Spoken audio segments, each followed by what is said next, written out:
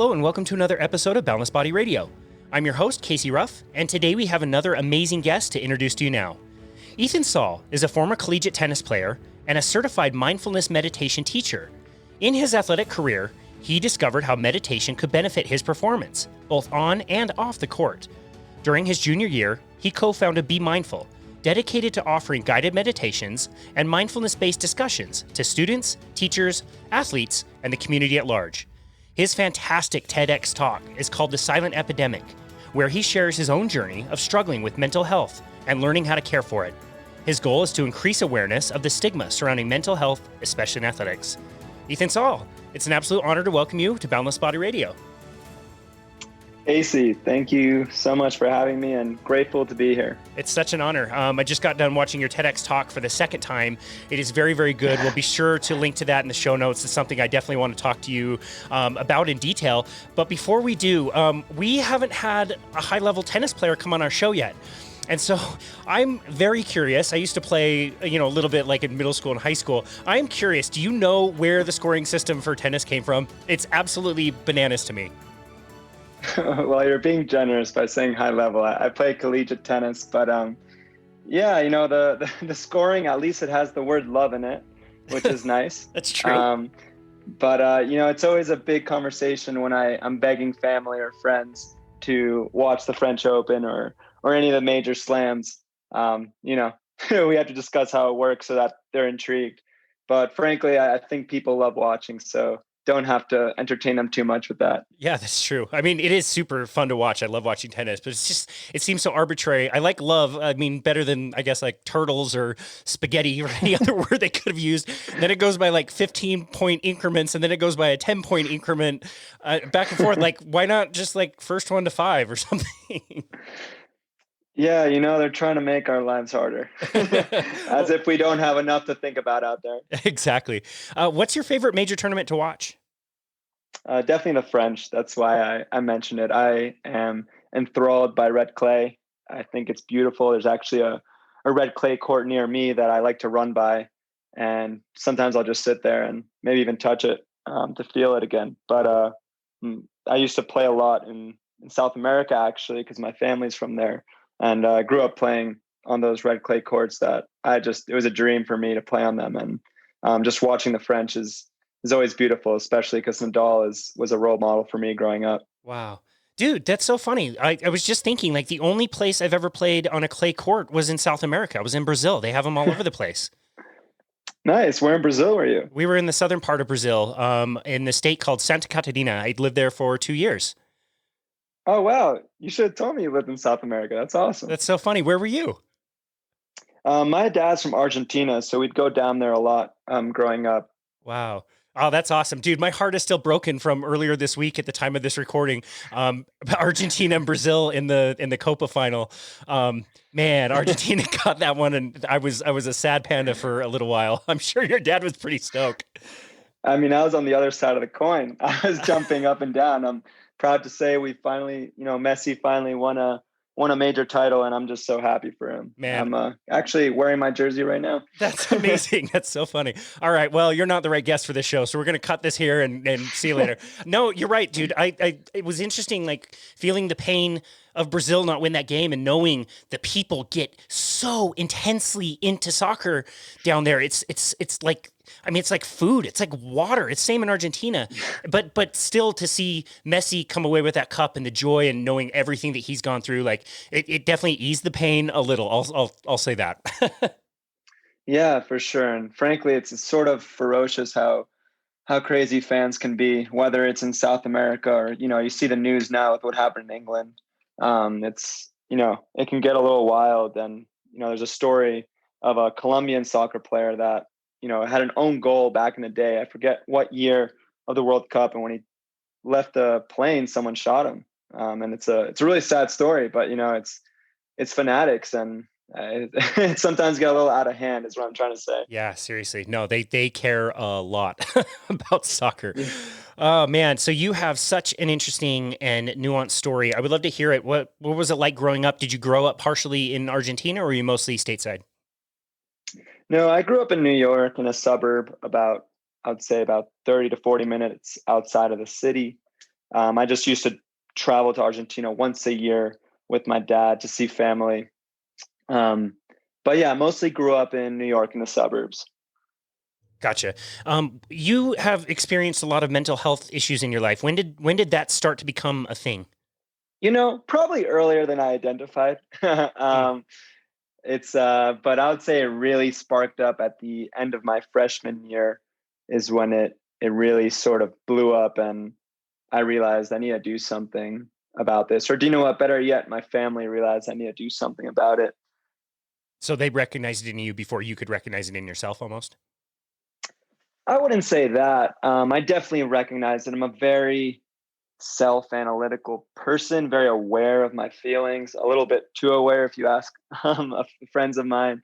Um, but I definitely noticed a drop in energy. I'm a very happy, extroverted, energetic person, and when I start noticing myself moping around and not being able to get out of bed, it sends off a bell that something's off. And I thought I'd just kind of snap out of it at first, but soon enough, it sort of just kept going, and it got worse. And I finally learned to ask for help, and that was the first big step for sure. You talk about vulnerability in your TED talk. Was that really difficult for you to realize that you had to be vulnerable and you had to get help from somebody else who maybe could see the situation a little differently than you could? Spot on. Yeah. Look, growing up as a boy, or now man, there's the masculinity complex, right? Especially as an athlete, I feel that it was sort of embarrassing to show weakness when I was younger, right? Because I'm looking at all these top performing athletes around me. They look super tough. They talk very tough. And my definition of tough is very different now than it was back then. But it was hard to sort of say I'm weak and I'm not doing well when everyone around you looks like they're doing great. When you're walking around campus, back when I was in college, everyone's showing their best self out there, right? And sort of showing their best face, which is a good thing. It's not a bad thing, but it sort of makes you feel like something's really wrong with you, and you don't feel comfortable coming out of your shell about how you're really feeling. Mm. Yeah. And I mean, social media, on the rise for the last, 10, 15 years, literally you are showing your best face. I mean, that's what it's there for, is for you to post the best picture you could possibly take of yourself and throw it out to the world. And that's all you're seeing is everybody's very best all the time. It makes things way harder. Yeah, social media is a double-edged sword. Frankly, I've been having a lot of conversations with people about this. Whether there's, I do believe sometimes there's more cons than pros. And as I'm obviously had to launch a social media page for the company, there's a lot of dilemma there because I don't want to stand for that kind of fake nature of it, where you're just showing the good. So I'm trying to find that balance personally on my company page. But you're totally right. Nobody puts a picture of themselves crying. Yeah, that's right. What?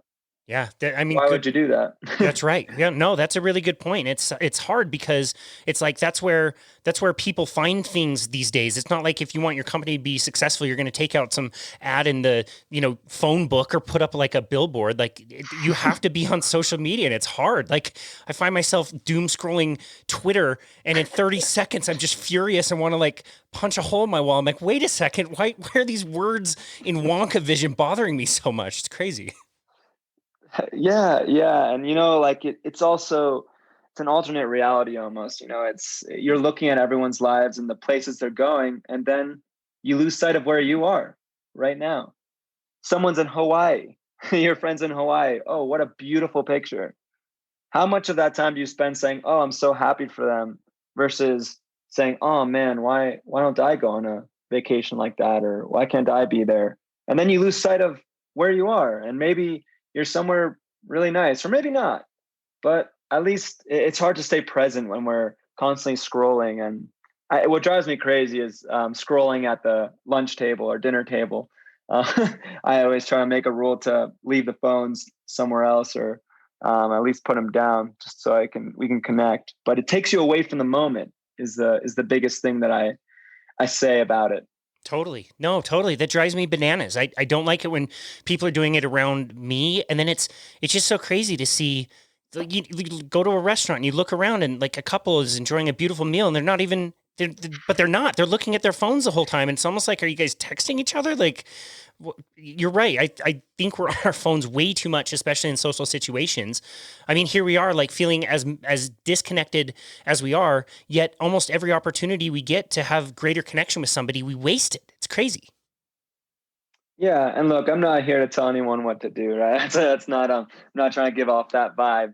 But yeah, it's just I really believe in connection, and human connection is really special, and it's become harder and harder to attain, especially obviously with the pandemic.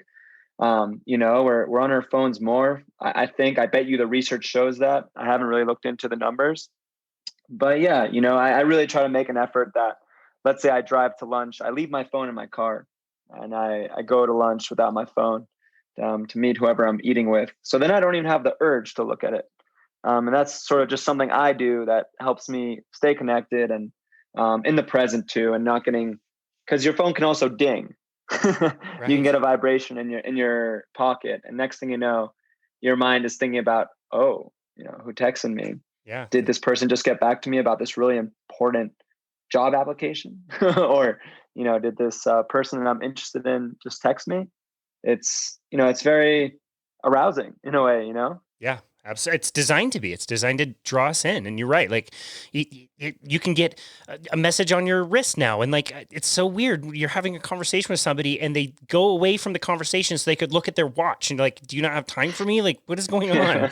It's so silly. The invention of the smartwatch drives me. That one's man, I could go on forever about this stuff. But everyone always asks me, do you want to, for your birthday, you want to, my family, do you want an Apple Watch? I'm like, no, I No, definitely don't want an Apple Watch. definitely not. Please, all I need is my Jarman that helps me track my distance. That's all I need. I love that. Totally agree.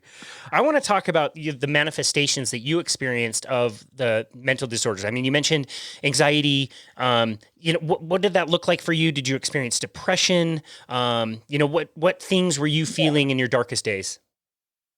Sure. I guess I'll start with the depression, because that's really what hit me first. And frankly, I had a trigger for sure, which was a breakup at the end of my freshman year. And, whether it was that or it's probably something else would have happened, but I thought in retrospect, it was a great trigger in a way, to get me for it to come out. And, I just started to feel very sad. Obviously, I just lost someone I really cared about. And, obviously that's going to spark sadness. But, I started to notice that I wasn't getting out of bed. I mentioned that earlier. I had to have my mom actually come to my room and almost beg me to get up. And it was already, 11 a.m. Then it would be 12 p.m., 1 p.m. And my mom would bring my dog, anything to get me up. But I didn't want to. I just didn't feel the motivation to do anything. And obviously, I had some feelings of worthlessness, kind of, I can't get things done. That's when the anxiety came in. I couldn't get things done. I wasn't able to focus. And also just very depressive thoughts. I mentioned in the TED talk that I had flashes, of a knife in a wrist, but, I was never on the brink of, I had ideation, but I never, I always, as a therapist said, I was always rational about it. I never actually thought of a way to do it or attempted. But that definitely happened. And that's when I really freaked out. That's when I was like, hey, let's go see I really didn't want to see a psychiatrist. I didn't want to see anyone. I thought I could figure this out on my own, that I was tough. I could, find a way. But then I surrendered. I was no longer able to keep going without help. But trying to think of other symptoms. I think I'm blanking on a bunch now, but I would say those are pretty major ones. And also just, yeah, my mood was down. I'm a happy person. I'm energetic. I love to move around. It was hard to get myself to even go to the gym once a week when I work out every day. And frankly, that every time I did go to the gym, I felt better at the end. And that gave me a little bit of spark, a little bit of hope. So then I began to go to gym every other day if I could get myself in the car and drive myself over. Mm. But yeah, those are some of the symptoms with the depression side towards the end of my freshman year. Wow. Did you ever hit like a rock bottom? Like if you look back, was there a moment that you identify as like, that was the worst right there? Tell you something, Casey, though. There was a pit and then I just kept digging. Wow. The pit kept going down, at different times of life, but yeah, I cried a lot. I felt I didn't know what to do. I was lost, and I'm really grateful that I had support, and not everyone has that. Mm. And I'll always say thank you to my family, my mom, my dad, my siblings, my sister, who I would call every single day at school towards the end of my freshman year saying, I can't make it. I can't finish the semester. I can't go into this exam. I'm going to flunk it. And every day she'd say, you can do it. You can just hang in there. I promise it's temporary. And those words were maybe the most helpful ones I ever had from anyone, which was the words, it's temporary. And not to say that it'll fix itself on its own. You need to find help, right? Or maybe you need to take a medication. But that was something that really helped me keep going. And yeah, I sort of listened to her, and I did get some bad grades at the end of my freshman year. I was And going to ask. as a good student, it really pissed me off. Mm. In retrospect, but frankly, not in retrospect, I'd say now there's no regrets. Look, that's life. And yeah, honestly, I also had a beautiful story with a teacher who let me take the exam back at home, because when I went to go meet with him, he saw black circles around my eyes because I wasn't sleeping well. And he's like, hey, you can't take the exam tomorrow. Don't worry about it. Wow. That's amazing. Yeah, I mean, I'm thinking now of your talk and the picture of a tree. Can you describe what that picture was and why that was important? I think that was really a beautiful example. Yeah, the support system tree. And I actually have my clients do this, my players do this, where they write out everyone in their life that they feel loved by or supported by. And then I have them draw a tree with roots of varying sizes. And the size of the root depends on how heavily supported or loved you feel by those people. And once you draw that tree, you get to see who are the people in your life that you can lean on and who you can rely on. And we don't take that much time to figure out our support system all the time when we're so busy just running around. And then when, when poop hits the fan, it's like, all right, well, then you're like, oh, who do I go to? Sure, there's family, but there's some people who can support you more than others. And just being able to identify those is great. Hmm.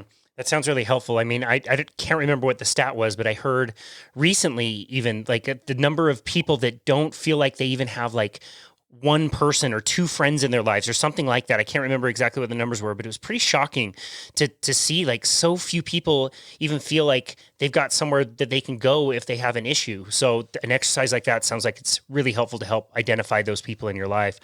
What things started to help you kind of turn around and crawl your way out of the endless pit you were digging for yourself? Insert mindfulness. Awesome. Well, that's part of the equation. Look, all of this is a formula in life. I think it's a formula to figure things out. There's a lot of different things, but yeah, look, I had a sports psychologist. This person is still a mentor unto this day. His name's Rob Polishuk. He's almost like he's a second dad to me. Still in very close contact with him, and but he said, "Hey, Ethan, I know you're depressed. I'm here for you. How about we start trying meditation?" And I just jumped in hard. I was like, anything that's going to help me, let's go for it. Flipped open Headspace, started doing it, and then frankly, medication helped a lot. I was very against meds, as you see. If you watched it, very nice of you, by the way, to watch it twice. That was great. But in the beginning, I show a scene of me crying into the pill bottle, and that scene is very real. I did start crying when I opened the pill bottle for the first time to take my first 10 milligrams of Lexapro, it was a very difficult moment for me. I felt that I was failing, that I wasn't able to figure it out on my own. But as soon as, it takes about 2 to 4 weeks for that to start, depending on your system, for the serotonin to kick in. That helped a lot. Something in general that helped me a lot was to find out that this was partly biological. You have a scratch on your brain, maybe, is how some people say it. But more specifically, it's that you're lacking a chemical. And for depression, that's serotonin. And I really, hearing that helped me a lot because it was tangible. It was something that I could scientifically understand. And that really got me over the hump. So the medication came in, like I said, support system, exercise. I can't stress this enough. Tennis, just going out there, just being grateful to be out there, hitting balls, especially with my teammates back then, and just moving the body. It's such a privilege every day to move our bodies, and some people can't do that, sadly. And so that helped a lot. And I would say those are kind of the pieces. And there's so many people I would love to thank, but I could be here for hours doing that. Wow. Yeah, I couldn't agree more with the whole movement piece, especially when you're involving, some of your friends, or you're outside, you're in the sunshine. Like, what a better way to invigorate your soul and your mind, starting the day every single day on a walk and a meditation and watching the sunrise. It's just, it's pretty astounding how much that can change your perception of the world around you. You mentioned mindfulness and meditation. You mentioned the app Headspace, which is great. I've used that before. It's awesome. What other types of meditation helped you the most? Frankly, I stuck with that. Obviously now I do something called shamatha meditation, which was a specific, rooted in a certain lineage from Tibetan Buddhism. Headspace is a great place to start. And I just stuck with it because, it was working. And, the saying goes, if it's not broke, don't fix it. And I just sort of went with it and started to do it on my own on the court before matches. And it helped my performance immensely. Coming in that next sophomore fall was my best season of my life. I was back on my feet. The medication was working well. The meditation, I just felt more grounded, felt more in tune with myself. I accepted myself more. I no longer felt weak to cry in front of someone or to show vulnerability. And there's a great TED Talk by Brene Brown, by the way. I'm sure you've heard of it, The Power of Vulnerability. Yes. So I think that's what it's called. But highly recommend for people to check that out. But there's a lot of power in that. And that's what courage looks like in my eyes, to admit when something, when you're not doing well or when you're weak, and to ask for help. I love that. That was a really tough thing for my mom when she was really sick with cancer. She passed away in 2006 and dealt with cancer for 7.5 years. And one of the hardest lessons she had to learn is that she needed to allow people in her life to help her. That it was an opportunity not only for her to receive the help, but people need to feel like they're helping somebody else as well. Like, that's an opportunity to serve. And so for both sides, there's so much benefit, but you're right. It's so challenging to ask for help when, again, it looks like everybody else is just crushing it in life. And what the hell is wrong with me? Yeah. And by the way, sorry for your loss of your mother to cancer. It's hard to do. We're not taught how to do it as kids, just like we're not taught how to fail. Those things are part of life. And that's my goal in what I do, right? Is to just help athletes begin to open up the conversation and to learn how to fail and to learn how to be okay with failing or with not being well. It's okay to not be okay is a big saying going around amongst a lot of people, the big Instagram accounts of wellness or athletes. Yeah. Yeah, no, that's great. I'm so much in favor of that. What made you drawn towards that type of Tibetan Buddhism? Was there something about it that was different than, say, Taoism or Stoicism or something else that really helped you and you were drawn to? Yeah, it sort of naturally happened because I signed up for a meditation teacher training with a man called David Nichtern, who his lineage is originates from a grandmaster of Tibetan Buddhism. So I didn't really know what I was getting myself into necessarily. I just graduated college and I knew that I just wanted to deepen my practice, really. I didn't even want to become a teacher. I just wanted to deepen my practice. And when I arrived, there's all these Sanskrit words. I'm like, all right, well, this is what's happening. And I just sort of fell into it, and I've really found a lot that I can relate with, and the teachings and the books. It's really special. It's just so applicable, and yeah, that's how I sort of fell into it. Wow, that's super interesting. It's really amazing to read some of these ancient texts and to think like these guys lived in a completely different world, didn't have social media or the global connection that we have today, but in their writings, it's so human, it's so relatable that they experience a lot of the same things that we do. You wouldn't think that would be the case, that their lives would be so different, but it's amazing how similar we all live. Yeah. And look, our goal as teachers, though, the ones of this generation, is to make it applicable to now. Even though the teachings are super, I don't even think they need to be kind of reworded. But, for a 14-year-old, they have to be reworded, Sure. right? Yeah. It's not for or from someone from a different background, like you're very aware of it, but take somebody who lives, I don't know, in the middle of nowhere somewhere with no connection, never heard of the word mindfulness or any of this stuff. It's not always easy to get them to understand or to see the benefit in it, more so. Sure. Yeah. Besides the meditation, are there any other practices in Tibetan Buddhism that you are really drawn to and really appreciate? No, I really haven't dived too much into it. I do yoga. I wouldn't say I'm like a hardcore yogi. I do it more for body maintenance more than anything. But I used to go to a yoga studio that was very rooted in Buddhism. They used to chant a little bit, and I sort of just dabbled. I'm a very curious person. I'm keeping my ears open and my mind open as much as I can.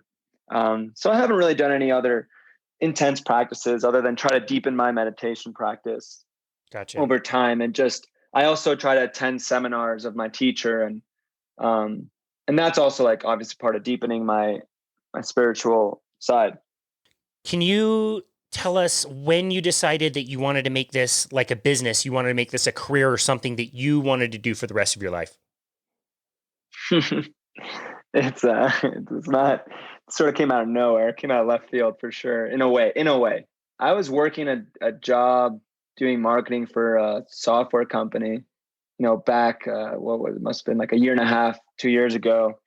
And, I wasn't loving it. I was applying to jobs, trying to get into media or ad agencies. Cause I love TV and film. I just love how powerful cinema can be and shows. My sister's in the film industry and she's way older than me. So I grew up just going to a bunch of movies with her at premieres and stuff. So I just love kind of the power of film and TV. Not that I get that much time to watch, honestly. I would love to a lot more time to that. So I was applying to all these other jobs, reading these job descriptions. Then I'm like, wow, like, I'm not interested in doing any of these things. Like, I don't want to go grab coffee for someone for like 2 years in order to get an entry level at one of these kind of like a Netflix or something, or one of these companies that I at the time was like really intrigued by. And then I got laid off just because they had no more funds to pay me. Then I was like, all right, well, we're in the middle of the pandemic. I have been applying to jobs nonstop. And the world is your oyster, Ethan. You can do whatever you want. And I was very lost. I was very overwhelmed. Didn't know what to do. But I started journaling and I was like, what can I do with my life? I literally wrote those words on the top of a piece of paper. What can I do with my life? And one was to go be a ski bum, to go work as a lifty at a resort. Another was to, get a job, like one of these, I guess, quote, normal jobs, whatever you want, just a job. And wrote a couple more things. And one thing I wrote was teach meditation. Why not use your teacher training? So I was like, all right, well, who would I want to teach? I tried with my family, and that failed miserably. um, but and then I was like, well, I love sports and I love athletes and I can empathize with athletes, especially college. So I shot some emails out offering free sessions, just teaching meditation. And I was still applying to jobs, was not thinking of making this a thing. And, got some emails back, got two teams to say, hey, okay, yeah, sure, come over. Let's do it. And next thing you know, one of the coaches really loved what I was doing. And he really, I'm really grateful for him. His name's Mike. He's a head coach of men's and women's tennis at Wesleyan. And he sort of broadcasted me to, the entire NESCAC conference, which is a big D3 conference. He's like, hey, get your business plan ready if you want to do this, because I think you got something good on your hands. I'm like, all right, well, how do I make a pricing model? Like, I have no idea how much to charge. And then that's history from there, just, learning on the go. And now we're here, all that is settled, and things are good. Wow, that's great. What things are different about sports psychology than normal psychology? Like how do you have to adjust your teachings to help people specifically with sports? Yeah, it's a lot of performance anxiety, nerves. But frankly, it's not so different, right? Even if someone's working a finance job or a masseuse even, like the teachings, there's still performance anxiety. You still want to do well and you have nerves about it. It's just a matter of connecting with your client better, connecting with the sport that you're talking about. But obviously, a lot of athletes grew up putting a lot of pressure on themselves. You want to be the best, right? As a kid, you're seeing all these messages around you saying, "Be the best." It's not okay to be like mediocre in a way if you're at like the top of athletics. So just kind of catering to that and learning how to compete in the flow state is a big one. Just a sustained attention and focus that's not too high or too low, where you're sort of level-headed throughout. Sports are it's a long game, right? A baseball game takes 3 hours, probably more. A tennis game can take a lot of time, as you've watched tennis. But yeah, so just trying to cater to the needs of the athletes, honestly. But a lot of them is managing nerves, jitters, choking. Expectations is a huge one, right? Putting too much pressure on ourselves, maintaining the body off the court or field or track. It's a lot of pieces of the puzzle. It's just a matter of getting them right and putting them together. Wow.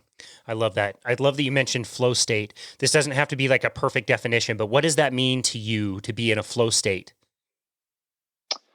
Yeah, I like to ask athletes, have you ever played out of your mind, where you're not thinking so much, but you're just naturally moving and you're naturally just doing the right things and adapting on the fly. And you just seem to know where to go next, or what position you need to put yourself on, or what shot you have to hit without overthinking it. You're sort of just playing. And this is really it. You're playing fully in the moment. That's really the definition. I think you're playing in the present moment. And when you play in the present moment, you're able to see things super on the fly. You're just naturally doing it. You're not thinking too much about what your next move is. And it's really hard to achieve. You usually come in and out of it. You're not usually in it the entire time while you're competing, or even ever sometimes. Yeah, I mean, I notice it most often when I'm playing ice hockey, and it's like these very complex movements, and you just kind of know where the puck's going to be, where your teammates are going to be, and it's not like it in your brain. It's just there. You know what I mean? It's super interesting. Yeah, you're just not overthinking. You're just being with what's right in front of you and reacting versus thinking. Is there anything we can do besides meditation that can help us access that flow state more often? Oh, that's a great question. There's definitely a lot you can do. Honestly, settling your personal life is a big one. Because, you bring on the baggage into whatever you're doing, whatever's going on off the court or field or whatever, or the rink, you bring on. So, I always tell people, find balance off while so that you're more clear-headed when you come on. And breathing techniques really helps. Focusing on the breath while you compete is a huge one that I use with my players. I mean, frankly, the breath is a superpower in my opinion. And if you ask Olympians, they'd probably tell you something very similar.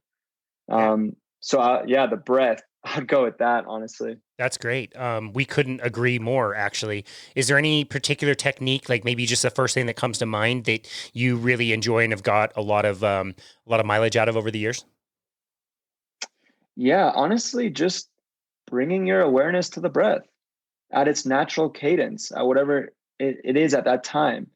If you're really exerting yourself and your breath is going very fast, and just noticing it, and just bringing my attention there has really helped me as a competitor, and has helped my clients a lot. Because then your attention is no longer in the wandering mind.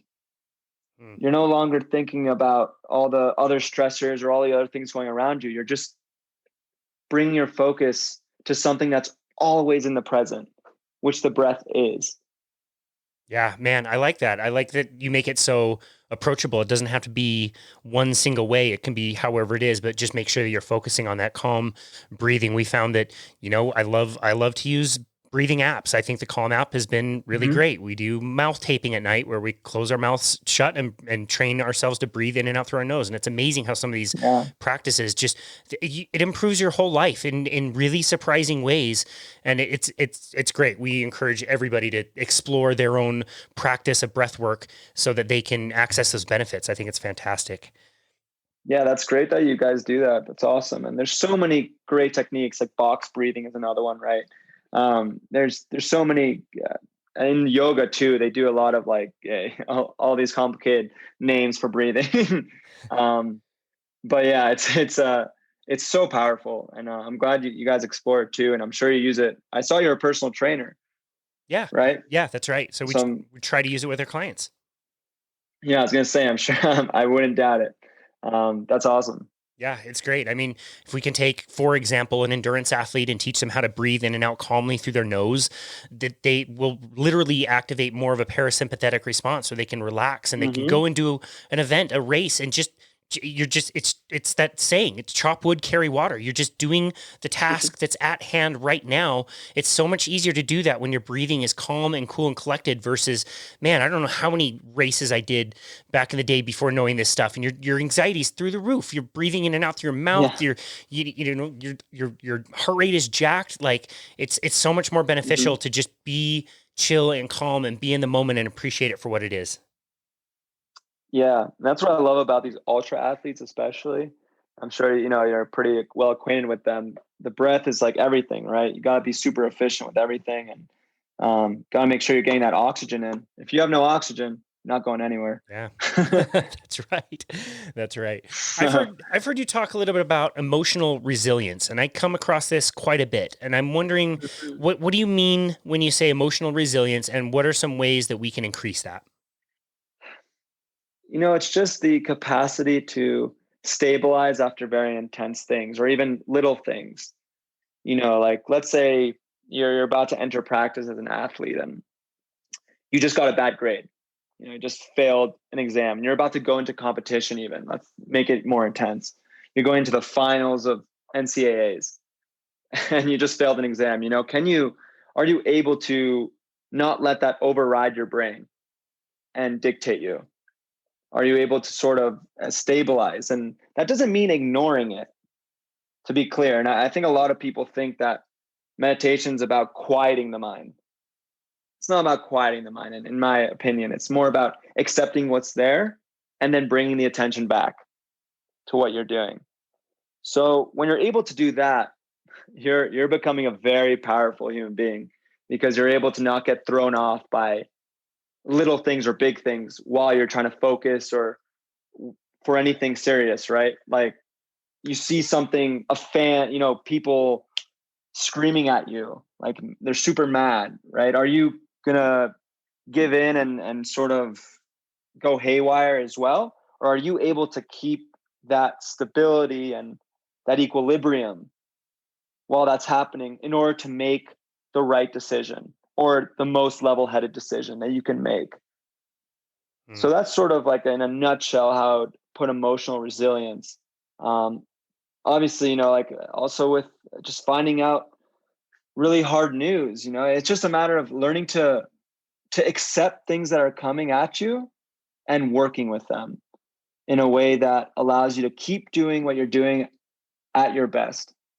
One of the practices I've been working on in Stoicism is a kind of a negative visualization, which sounds weird at first, and it took me a second to kind of wrap my mind around it. But basically, take a situation and imagine like what the worst possible scenario could be, and just sit and think about it, and you realize like this could go really bad. Like I might not succeed at this thing, but it helps you appreciate that and let it go at times when it does happen. And you can do that with situations, you can do that with people in your life, objects, things that you think you really love. Your brand new car. Take that car away in your mind and think, I have no more car. How much more are you going to appreciate that car next time you get in it? How much more are you going to appreciate a hug from a loved one if you think this might be their last breath? You are not in control of those things. And by visualizing some of those situations, I think it can be a really powerful way to really appreciate the moment a lot more. Yeah, and I think that's a cool technique that you're onto there. And you mentioned controllability and uncontrollables. That's I think a huge thing of emotional resilience is being able to not get caught up in the uncontrollables and bring your focus to the controllables. Yeah, that's right. It's also, I mean, you mentioned the talking in the brain. It was such a powerful sentence, like the first sentence in my favorite book, The Untethered Soul, that said, "There's a voice in your head, and that voice isn't you." And that punched me right in the nose. Like, what? And you realize this thing is talking and talking and talking and talking all the time about shit that doesn't even make sense half the time. And it'll agree with itself and disagree with itself. And if you can just observe it, like you said in meditation, don't think, you're just stepping back and noticing that there are thoughts. And if you can notice that there are thoughts, that automatically means that you are not your thoughts. Mm-hmm. Yeah, and we take a democratic approach to our thoughts. We don't give anyone a gold medal and another one the bronze medal. They're all just thoughts when we're on our meditation seat. Yep, that's and right. Then we just we label them and then bring our attention back to our breath. And there's a lot of power in that technique. That's awesome. I love that. I'm going to give you a magic wand and just say whatever it would take to fix this. Let's call it a pandemic of mental health awareness. Anxiety is so high, depression so high. We're going in the wrong direction. If I gave you a magic wand, would you have any kind of solutions and things that you would have done if you had no limitations? Honestly, I would just say listen to yourself. Become better friends with yourself. And then from there, you can begin to do that towards others, to share that compassion towards others and to empathize with others. Because I think that right now there's just disconnection. There's just miscommunication sometimes. And once you sit down and talk things out, you can resolve things. If there's a will to resolve something, you can go after it. But I think it starts with yourself. And I wouldn't pay for it. You don't need to pay any money for that. It's free. But just becoming more in tune with your mind and what you want and kind of your morals and just kind of observing yourself a little more and getting to know yourself. Because I feel like a lot of us don't know ourselves that well. And I can't speak for others, but at least that was my journey for a long time, and I'm still discovering myself. But I think that's sort of if you want to call it a cure, that's sort of I think what it would look like. And yeah, I don't need a magic wand. There you go. You just need I guess the magic wand would be to just get someone to listen to that and to get themselves to listen to themselves and not judge themselves so harshly. Just accept how they feel and work with that, because we're all workable. That's the biggest message. Everything is workable. I might have, maybe I have depression or not. Like, thankfully right now I feel great. I haven't had a depressive episode in a very long time, but you know, these things are workable, right? You can find a way we're malleable people. Our brains are even malleable, which is even more incredible. And that's what, there's so much research with mindfulness meditation in the brain that it's it's jaw dropping, to be honest. But yeah, I don't know if that answers your question Yeah, properly. absolutely. It totally does. I mean, you're right about having a difficult time like knowing yourself. It's only until like recently that I discovered in myself, like I have huge imposter syndrome. Like it's hard for me to remember that I have a voice and I can speak my truth. And that was a huge, huge bit of resistance that I had to overcome to even do this Yeah. podcast, is just thinking like people are going to discover that I'm a sham or something. You know what I mean? Like, and that software program, I don't know where it came from. It's just running in the background of my life. And it's only when, I got really quiet and, really examined certain things that I discovered that. It's crazy. You're right. We walk around with ourselves, but the mind chattering endlessly just takes all the attention that we don't really discover who we truly are as people. Yeah. And I'm really proud of you, by the way, for going out and doing this. You host a podcast. It's pretty kind of, if you said you have that, it's pretty inspirational, and I commend you on that. Well, You're doing a great job. thank you. I really appreciate that. I've got little Post-it notes next to me that say things like, have fun, you've earned this, you're creating something special. I also have one that says to remind me not to say 10 billion times an episode. But yeah, those are things I need to remind myself that, I wouldn't normally do. And it's really difficult and it's hard to be vulnerable with that. But it's only when you put those practices, like you said, of, getting quiet, quieting the mind, observing versus, doing all the time and being busy, just chilling out a little bit and relaxing, was I able to discover that. It's really alarming that was in there this whole time. Yeah. And there's so much growth in this, you going out and doing this, and those sticky notes are gold. They're gold, baby. You should keep writing sticky notes like those. Even the one, I'm sure I've said a bunch during this interview, but yeah, there you go. I just said That's awesome. Yeah, it's pretty stunning when you hear these played back. You're like, wow, I said that a lot. It's so funny. So I think you've already answered this question, but I guess I would love to have some really practical things. I don't really suffer from mental illness. I'm blessed in that way that I don't have the genes for it. It's not something I've experienced in my life. I've definitely had periods of time that were more difficult than others, but by and large, I don't suffer from mental illness. For somebody like me, what are things that I need to be thinking of that I can help other people who might be dealing with these things? Again, I think you've already said it, but I would love to hear some like practical tips for somebody that maybe doesn't deal with mental disorders themselves, but wants to help others. This is such a beautiful question, because a lot of people don't know how to approach someone with a mental health issue. And this is something that really hurt me back in the day. And in retrospect, I'm not angry at anyone. I'm not upset.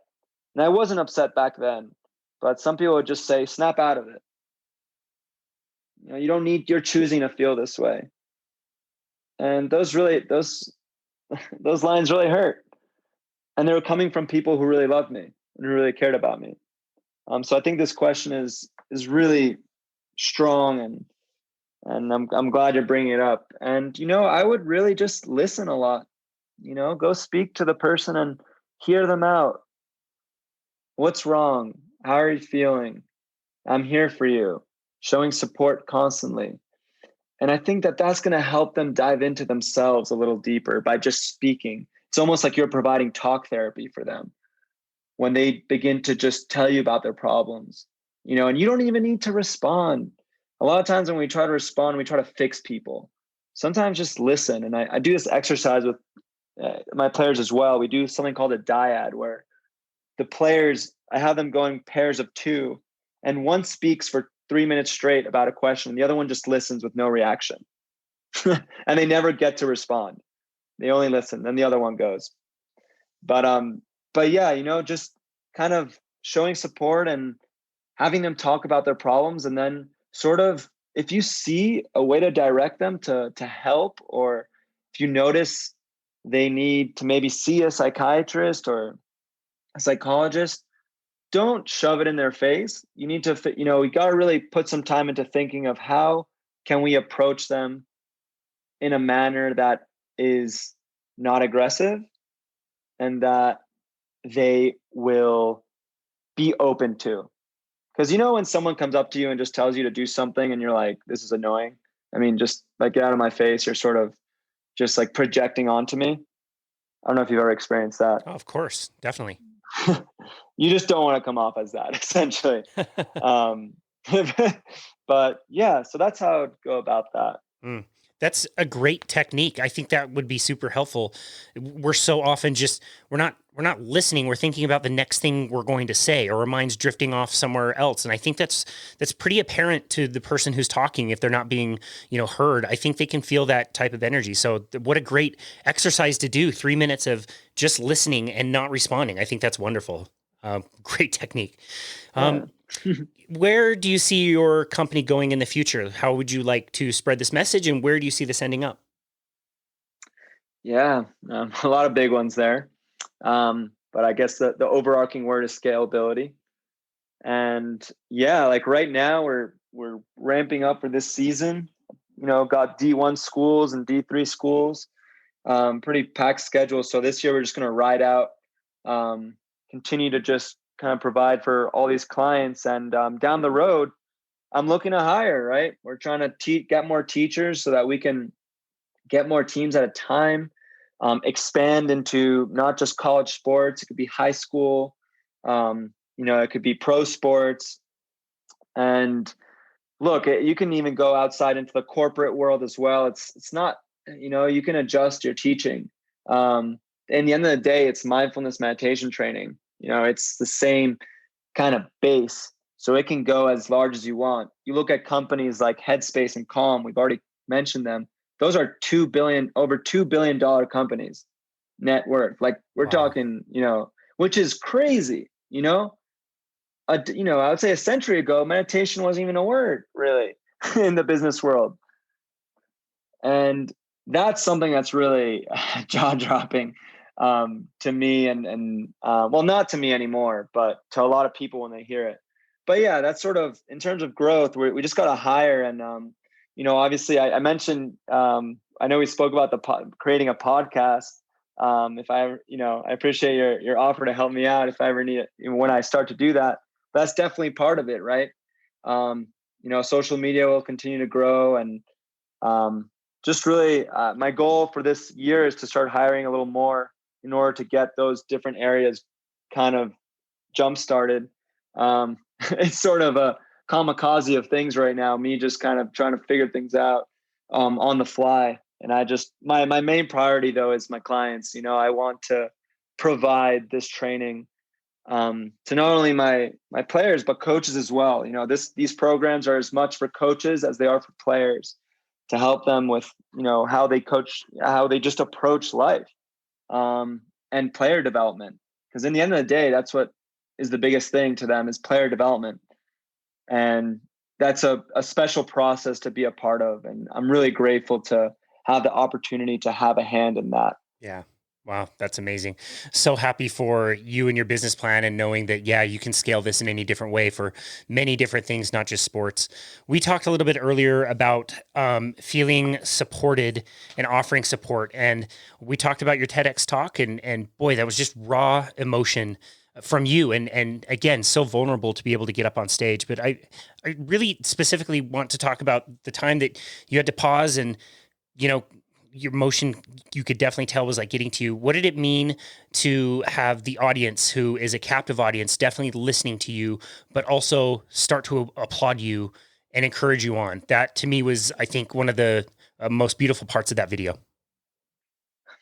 Yeah, it's beautiful. It was a really special energy, and the other people that day that spoke as well were a really special audience, group to be a part of.